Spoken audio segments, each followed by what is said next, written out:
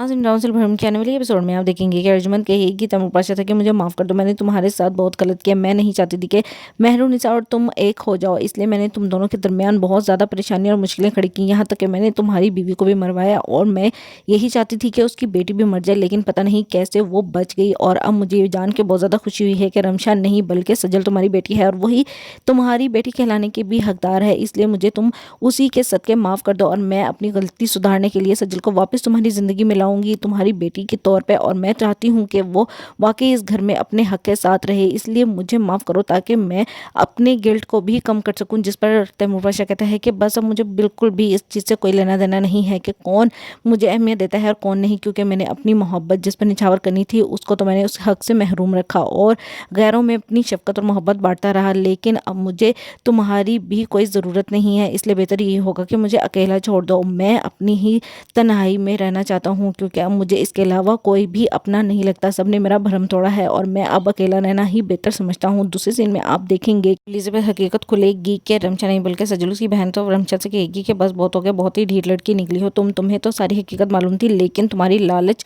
तुम्हें मजबूर करती रही और तुम अभी भी ढीरों की तरह इसी घर में मौजूद हो। अपनी शक्ल यहाँ से गुम क्यों नहीं कर लेती? सबको जब तुम्हारी हकीकत मालूम हो गई है तो क्यों इस घर में दंदनाती फिर रही हो? अपने फसाद से इस घर को महफूज क्यों नहीं कर देती? यहाँ से दफ़ा हो जाओ ताकि हमें भी थोड़ा सा सुकून मिले, क्योंकि हम तुम्हारी मौजूदगी में बहुत ही ज़्यादा टफ टाइम से गुजरे हैं। जिस पर हमसे कहती है कि बस बहुत हो गया, अब अपना मुंह बंद भी कर लो। तुम्हें क्या लगता है कि मैं इतनी आसानी से यहाँ से चली जाऊँगी? क्या शायद तुम भूल रही हो कि इस प्रॉपर्टी में आधा हिस्सा मेरा है और मैं बहैसियत इस घर की वारिस इस घर में रह रही हूँ। बेशक कि ये सब कुछ मेरा ना भी हो, लेकिन तुम्हारे बाप ने खुद ये सब कुछ मेरे नाम किया था और इसी हैसियत से अब मुझे इस घर से कोई भी नहीं निकाल सकता, इसलिए बेहतर ये होगा कि तुम अपना मुंह संभाल के बात करो। आइंदा बोलने से पहले ये सोच लेना कि तुम्हारे साथ साथ मैं भी इस घर में उतनी ही हिस्सेदार हूँ जितनी कि तुम।